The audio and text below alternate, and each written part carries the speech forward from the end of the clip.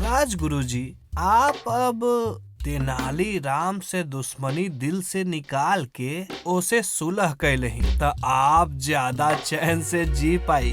अरे ई का कहतारा तू? तुहार कहला के मतलब का बा?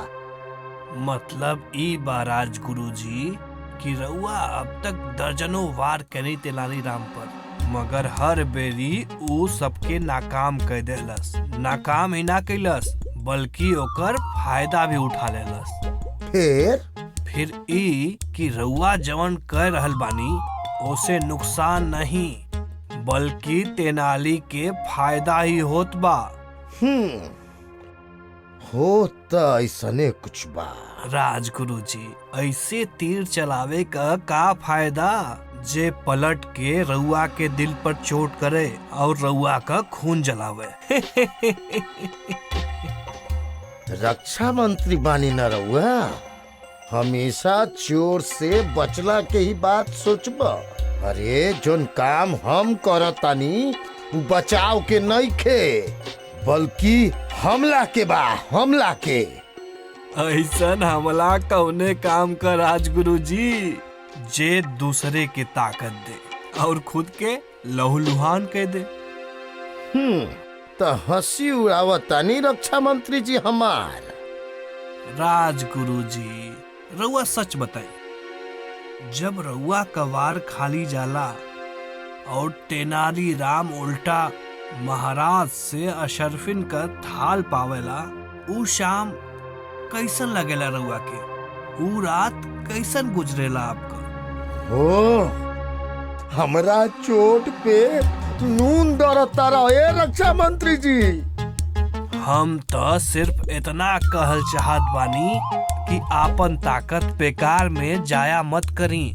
ढूंढे के बाद तो ऐसन तरकीब ढूंढी जैसे सांप भी मर जाए और लाठी भी न टूटे। हाँ, खोजब, ऐसने तरकीब खोजब अब की बार। ई कांटा हमेशा खातिर निकल जाए, हमरा दिल से ही नहीं पूरा राज दरबार से निकलवा देबो के। ऐसन बात रउआ पहले भी बहुत बार बोल चुकल बानी, बस ए बेरी बहुत सोच समझ के तीर चलाई। हाँ, अब की बार हम ऐसन चाल चलब, ऐसन चाल चलब कि ओके कोनो मसला के हल ना करे के पड़े, बस ओके भागे के पड़े। देख लिया रक्षा मंत्री तू। हाँ, बता दे तानी। पाखंड राजगुरु प्रचंड, धोखा मंत्रणा राजगुरु की गणना। राजगुरु राजगुरु मामा राजगुरु।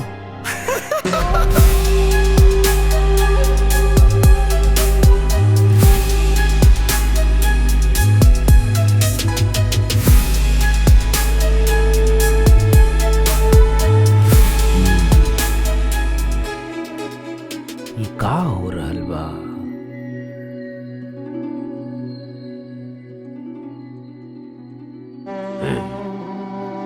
एक कमबख्त तेनालीराम पे तो हर तीर खाली जाता। ई तो वाकई बहुत अकलमंद बा। एक तरह के तरकीब के तो कोनो फायदा नहीं के। बादशाह सलामत के इकबाल बुलंद रहे। आवा आवा सिपे सालार साहब, कैसन मिजाज बा तोहार? हुजूर, हमके अफसोस बाकी हम राउर एक छोटन उम्मीद पर पूरा ना उतर पैनी।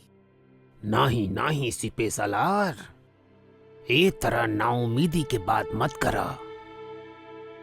तू तेगो काबिल सिपे सालार हुआ, लेकिन ई कमबख्त तेनालीराम सचमुच मक्कारो बा, अकलमंद भी और ई दूर अंदेश भी। मगर एक बात हमार समझ में ना आ रहल बाटे। कौन बात? हमनी तेनालीराम के इतना तवज्जो काहे दे रहल बानी? ऐसे तो अच्छा बा विजयनगर के ताकत कम करे के हमनी के कौनो और तरकीब सोचल जाओ। तेनालीराम के नजरअंदाज कईल बहुत बड़हन बेवकूफी हुई। जब तक बादशाह के साथ एगो अक्लमंद वजीर होला, ओके हरावल बहुत मुश्किल होला। वजह फरमाइनी रहुआ हुजूर। ऐसन आदमी के पहेली बुझवा के बर्बाद नहीं कर जा सकेला। तो फिर कैसे नेस्त नाबूद कइल जाओ तेनालीराम के? महाराज का ओकर कत्ल करवा दिहल जाओ? ना सिपे सालार, हरगिज ना। ऐसन तो सोचबो मत करिया। काहे? हमनी के मकसद तो पूरा हो जाए। हाँ, लेकिन ओकर कत्ल दुश्मन के और मजबूत क जाए। तेनालीराम के मौत महाराज कृष्णदेव राय के कैसे मजबूत कर पाई? बताओ तानी सिपे सालार साहब, रउए हमके बतौले रहनी कि तेनालीराम महाराज कृष्णदेव राय के चहेता दरबारी है। बेशक महाराज कृष्णदेव के ही ना, पूरे विजयनगर के चहेता बारे। हाँ, तब फिर सोचा एक आदमी ज्यादा शिद्दत से कब लड़ेला? जब ओकरा के हारे में ज्यादा खतरा नजर आई। हाँ, कुछ हद तक। लेकिन जब एगो आदमी कोनो चीज के बदला लेवे खातिर लड़ेला, तो ऊ सचमुच इतना शिद्दत से लड़ेला कि अपना से कई गुना ज्यादा ताकतवर फौज से भी लड़े के हिम्मत कर सकेला। बात तो रउआ ठीक कहनी है आलीजा।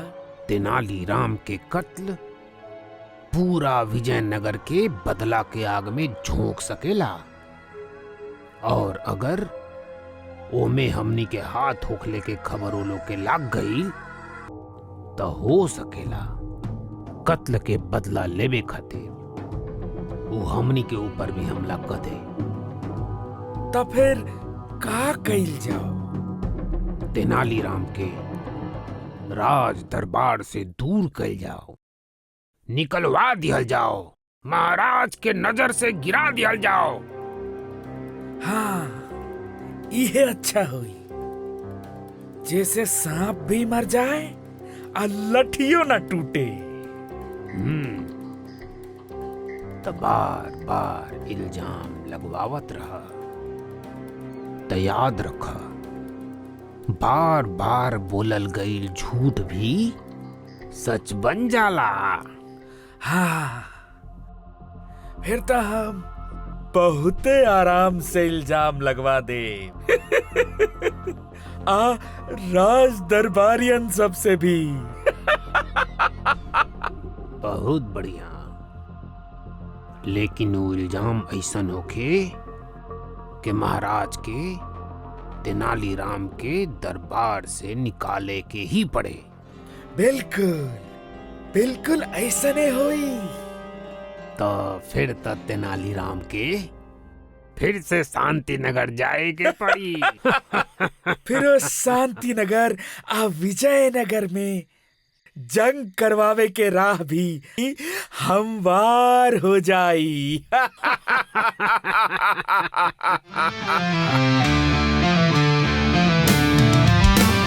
षड्यंत्र के महक सा है हवा में, कहीं कौन और चल गइल बाचाल,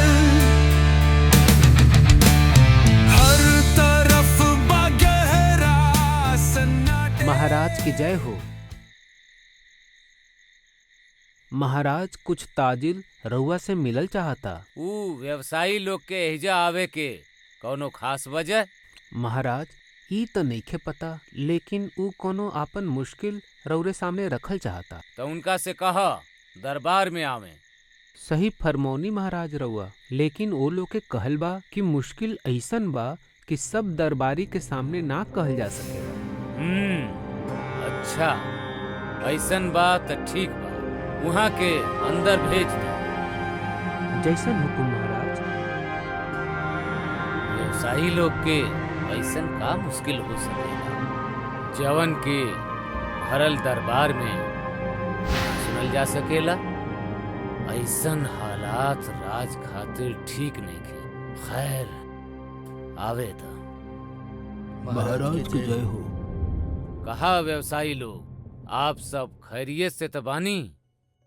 महाराज, हम राउर राज्य में कितना साल से आजादाना तौर पर तिजारत कर रहल बनी और यहाँ के तकलीकार लोगन के बनायल सामान दोसर मुल्कन में जाके बेचत रहनी। हाँ हाँ, यह तो तहन लोग के काम बा। महाराज, ऐसे राज्य के महसूल मिलेला और यहाँ के तकलीकारन के बनायल सामान के खपत होला और रियाया के जरूरत के सामान के कमी न होला। हाँ हाँ, इसमें कौन शक बा। आपके सहयोग राज के खुशहाली के लिए अहम बा। मगर महाराज, अब हमनी के आजादाना तौर पर अपन कारोबार करे में कुछ मुश्किल आ रहल बटे। कैसन मुश्किल? महाराज, शहर के बाहर से आवे पर हमनी से ज्यादा महसूल वसूल कइल जाला आ ओकर रसीदो ना मिलेला। ऐसन ऐसन बात आपके ई बात भरल दरबार में कहला में हिचक कैसन बा। हम वही जही नगरपाल के बुलवा लेती और वही घड़ी सब मुश्किल हल हो जाए। महाराज, सुन्नी है कि विजयनगर के सरहद के हाफिज ऐसन एक अहम राज दरबारी के इशारा पर हो रहल बटे। और हमनी के वसूली के बढ़न हिस्सा वो राज दरबारी के पास पहुँचेला महाराज। के है वो राज दरबारी? हमें ओकर नाम बताई। महाराज, आप डरी मत, आपके नाम गुप्त ही रखल जाई। बताई कवन बाऊ रिश्वतखोर दरबारी? तेनालीराम। तेनालीराम? नहीं नहीं नहीं, ये ना हो सकेला। ये आप सोचनी भी कैसे? तेनालीराम के हम अच्छी तरह से जानीला। महाराज, ई बात हमनी के काबिल एतबार जरिया से मालूम पड़ल बटे। अच्छा ठीक है, हम छानबीन करवाई बेकर। शुक्रिया। मगर तेनालीराम जी जैसन इंसान पर ई व्यवसायी झूठा इल्जाम काहे लगाई? मगर और ई बात विश्वास के काबिल नहीं खे, लेकिन एकरा के नजरअंदाज त ना कइल जा सकेला। षड्यंत्र के महक सा है हवा में, कहीं कौनो रचल गइल बाचाल। हर तरफ बा गहरा सन्नाटे, कहीं राज पुरोहित जी, एकरा से पहले की राज दरबार के कार्रवाई शुरू होके हम आपसे निहोरा करब कि आज के प्रवचन में रउरा बताई कि अगर कोनो आला राज दरबारी पर ऐसन इल्जाम लगावल जाओ जवन काबिले यकीन ना होके, तो राजा के का फर्ज बा?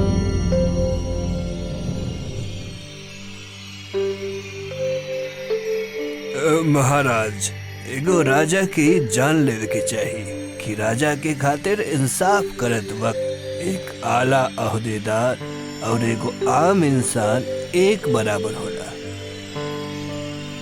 जे राजा एगो शाही अहदेदार पर लगावल इल्जाम के नजरअंदाज कर देवेला, ओकर ही सलूक दूसरे शाही अहदेदारन के भी रिश्वतखोरी करे खातिर बढ़ावा देवेला।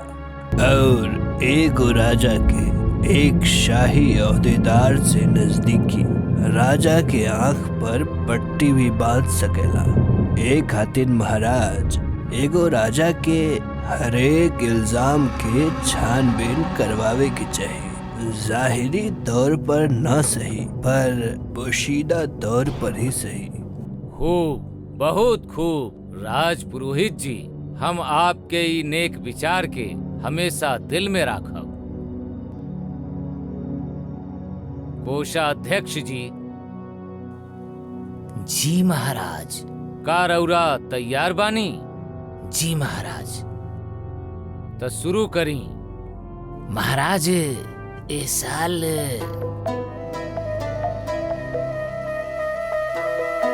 सुनी, कब तक सोचत रहें? खाना परोसे लगनी। खाना के सोचला से का संबंध? हमार अभिप्राय बा कि उठ के यहाँ बैठी ताकि हम खाना लगा दी। अबे ना, तनकी देरी के बाद और कुछ देर हमसे बात भी मत करी। तो का आज रउआ राज दरबार भी नहीं जाए? ना। और ये अगर महाराज के दूत आइल तो? कह दिया अस्वस्थ बानी, सो रहल बानी।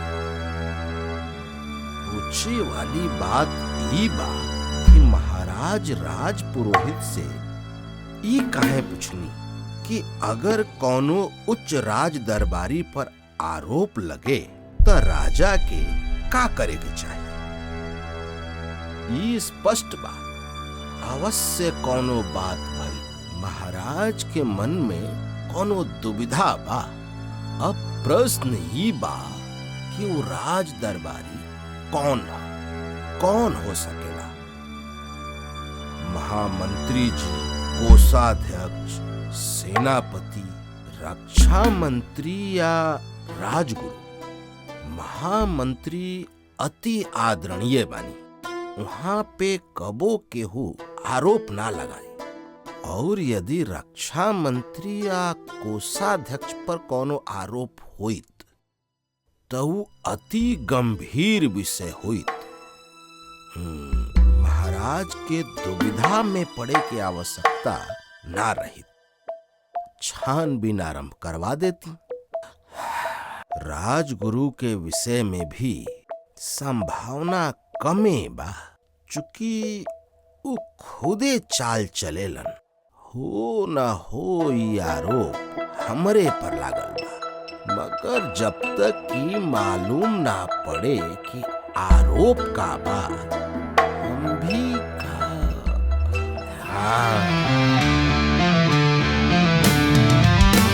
षड्यंत्र के महक सा है हवा में, कहीं कौन और चल गइल बाजा। महाराज, हम एगो बात कहल चाहतानी। हाँ हाँ, कहीं आपके दिल में भी अगर कुछ बाटे तो जरूर कहीं। का रउआ भी केहू के तनख्वाह बढ़ावे के तजवीज?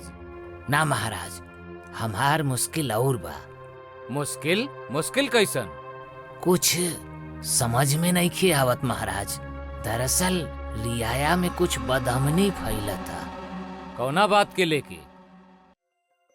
कहल जाता कि कोनो बड़ ओहदेदार व्यवसायी लोग पर रिश्वत देवे खातिर जोर डालता।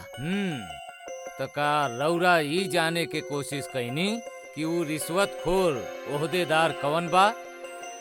महाराज, दबल जुबान में बस इतने मालूम भइल ह, नाम केहू ना बतौलस। तो ठीक बा, आप पता लगाई। जी जरूर, हम कोशिश करत रहब महाराज। आज राज दरबार में तेनालीराम जी ना आइले? वो तो कहीं गायब हो गल बाने। कहाँ गइल बाड़न? पता नहीं, केहू कहत रहे कि तेनालीराम जी हाथी खरीदे गल बना। का तेनालीराम जी हाथी खरीदे गइल बाड़न? मालूम बा कितना खर्च होखेला हाथी पर? जी, लेकिन लगत बा तेनालीराम जी के नहीं मालूम। इहो कोनो गाय बकरी थोड़ी बा कि जेकरा घर में बांध दिहल गई कि दूध मुफ्त में मिली। हाथी के खैला के खर्च ही कितना असरफी लागी। महाराज, जे हाथी खरीदे के बात सोची, वो जरूर ये हिसाब भी लगौले हुई। और तेनालीराम जी के हिसाब तो बहुत अच्छा बा महाराज। वैसे महाराज, केकर ख्वाहिश ना होला कि घर के बाहर हाथी खड़ा होखे। एगो आदमी कोशिश करे तो खर्चा का इंतजाम तक कर ही ले ही। हम सब समझतानी कि खर्चा के इंतजाम कैसे होला तेनालीराम के।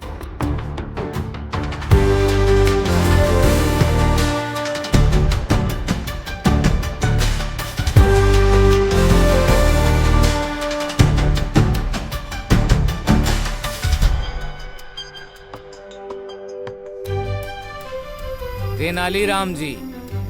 जी महाराज। हमके खबर मिलल बा कि आप कुछ रिश्वतखोर ओहदेदार लोग के जरिए से व्यवसायी लोग से रिश्वत लेतानी,